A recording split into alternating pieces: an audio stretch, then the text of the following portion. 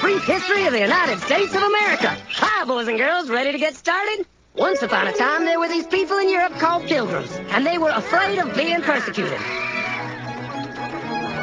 So they all got in a boat and sailed to the New World where they wouldn't have to be scared ever again. Oh, I'm so relaxed. I feel so much safer. But as soon as they arrived, they were greeted by savages, and they got scared all over again.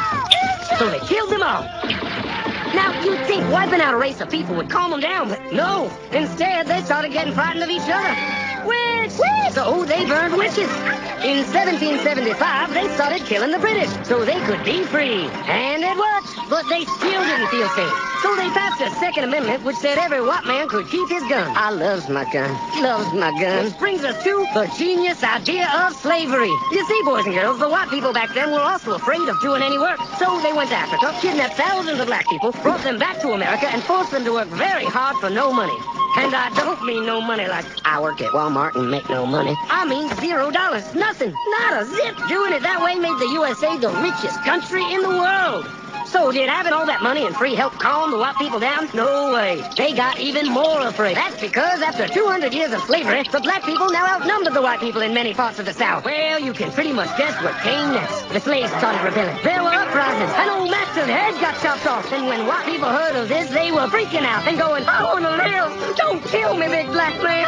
Well, just in the nick of time came Samuel Colt, who in 1836 invented the first weapon ever that could be fired over and over without having to reload. And all the Southern whites were like, yeehaw! But it was too late. The North soon won the Civil War and the slaves were freed. Yep, they were free now to go chop all the old masters' heads off. And everybody was like, oh no, we're gonna die. But the freed slaves took no revenge. They just wanted to live in peace. It's the white people of this.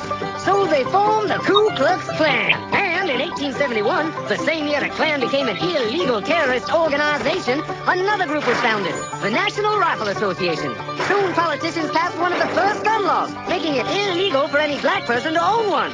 It was a great year for America, the KKK and the NRA. Of course, they had nothing to do with each other, and this was just a coincidence. One group legally promoted responsible gun ownership, and the other group shot and lynched black people.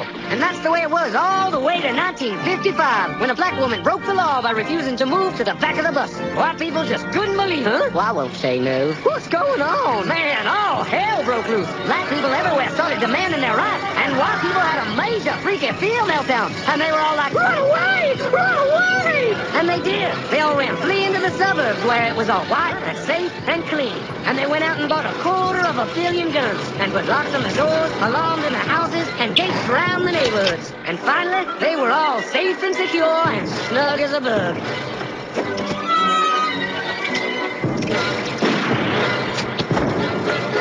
And everyone lived happily ever after. Or did they?